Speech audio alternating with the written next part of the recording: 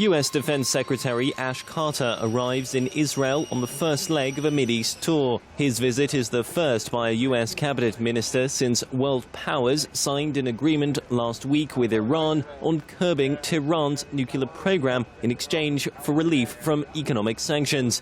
Israeli officials have been deeply angered over the atomic pact and believe it endangers the security of America and the Jewish state. Carter says the deal does not, quote, place any limitations on the United States or what it does to defend its friends and allies, including Israel. But at a recent cabinet meeting, Israeli Prime Minister Benjamin Netanyahu made his feelings clear.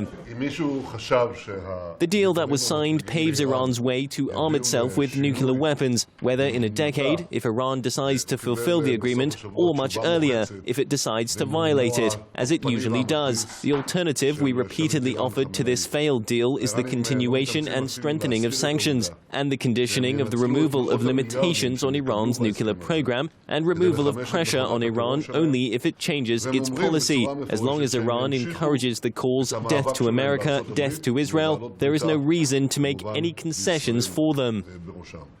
Under the atomic agreement with world powers, economic sanctions on Iran will be gradually removed in return for the country accepting long-term curbs on a nuclear program widely believed to be aimed at creating a nuclear bomb, charges Tehran denies.